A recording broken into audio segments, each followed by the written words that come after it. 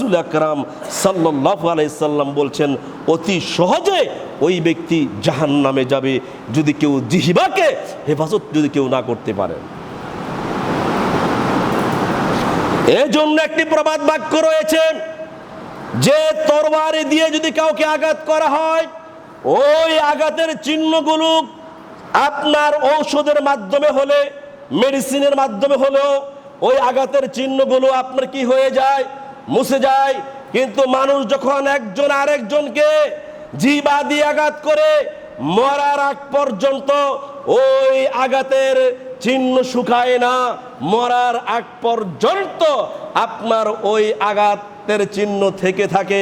এই জন্যই তো একজন বলছে যে তার জান যায় অবস্থা, মৃত্যুর আগে মানুষের পরিবেশ যা হয় আর কি, তখন তো আপনার আমার দায়িত্ব হলো তার সামনে বসে কালেমা পাঠ করানো, যে আপনি পড়ুন লা ইলাহা ইল্লাল্লাহ। অনেকে কান্নাকাটি শুরু করে দেয়, আবার অনেকে এক চামচ আপনার চিনির রস দিয়ে থাকে, আবার অনেকে এক চামচ মুখে পানি দিয়ে থাকে। এই পরিবেশে হঠাৎ করে একজন লোক দেখতে পেল কি জানালা দিয়ে চুবি দিয়েছে, তখন সে বলছে দুনিয়ার সব মানুষকে আমি মাফ করে দিলাম, তিনজন মানুষকে আমি মাফ করতে পারলাম না।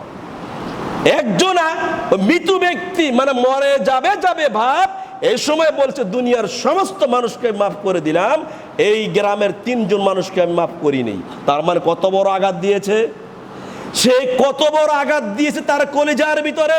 একটু চিন্তা ভাবনা করে দেখুন তো, এই সময় তার পরকালে জান্নাতে যাওয়ার একটা সুযোগ, সে কালেমা পাঠ করতে পারে নাই, কালেমা হয়তো বা পড়তে পারে নাই, কোনো দোয়া কালাম পড়তে পারে নাই, কিন্তু ওই ব্যক্তির মুখ দিয়ে বলতে বাধ্য হয়েছে সবাইকে মাফ করে দিলাম, এই তিন লোক ব্যক্তিকে মাফ করতে পারলাম না। তার মানে কি যে ওই ব্যক্তিদের আচার ব্যবহারে সে অনেক কষ্ট পেয়েছে। ক্ষমা পাবে ওই ব্যক্তি? কথা বলেন, ক্ষমা পাবে?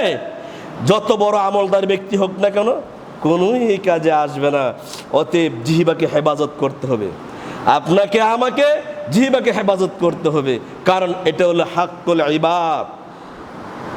ইবাদত দুই প্রকার, পাপ দুই প্রকার, একটা হলো আল্লাহর সাথে, একটা হলো বান্দার সাথে। হক দুই প্রকার, আল্লাহর হক আর বান্দার হক, বিচারে দুইটারই হবে। আল্লাহর হক আপনি বুঝিয়ে দিবেন, আর আল্লাহ আপনার হক আল্লাহ রাব্বুল আলামিন বুঝিয়ে দিবেন। আপনি যদি আল্লাহর হক আল্লাহকে বুঝিয়ে দেন, আল্লাহর হক আপনার হক আল্লাহ রাব্বুল আলামিন বুঝিয়ে দিবেন, অর্থাৎ জান্নাত দিয়ে দিবেন আপনাকে।